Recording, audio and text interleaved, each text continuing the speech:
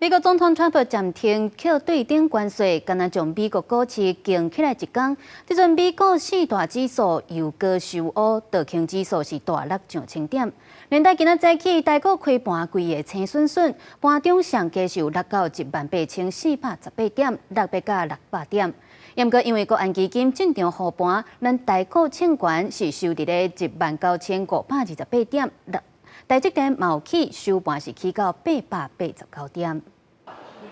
在伊台股开盘，受到美股四大指数大落的拖推，早盘盘度延续前一天大起的势面变大落，以18772点开出，盘中上加来到18418点。不过，就伫国安基金进场了后，台股随个攻起，盘中上悬来到19323点。台积电又升变红，盘中上悬来到885块，传出国安基金的规模有可能为5000亿增加到1条。整个国安基金未来的整个规模扩增上面，我认为只要一旦确定这件事情会发生，应该在短期投资人信心提升的部分会有一定的帮助。我们的跌幅跟美股相比来讲是相反的，好，那最主要原因是因为台股的基本面表现得非常强劲，那包括昨天财政部公布的台湾的这个出口，已经连17红了。分析师认为，台股最近因为美国关税政策影响，短期可能大起大落。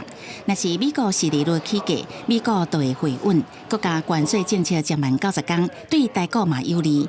而且市场会因为关税政策提早优惠的效应，有助支持台股的基本面。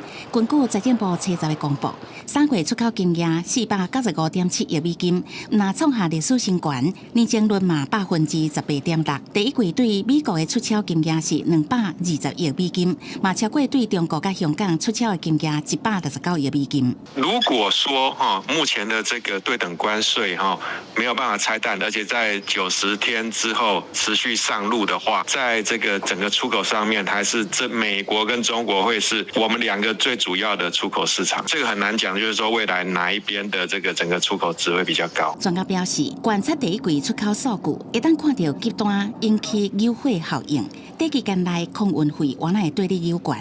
若是这90天内，台湾敢有法度解决关税的问题，嘛关系未来出口的发展。公司新闻采访报道。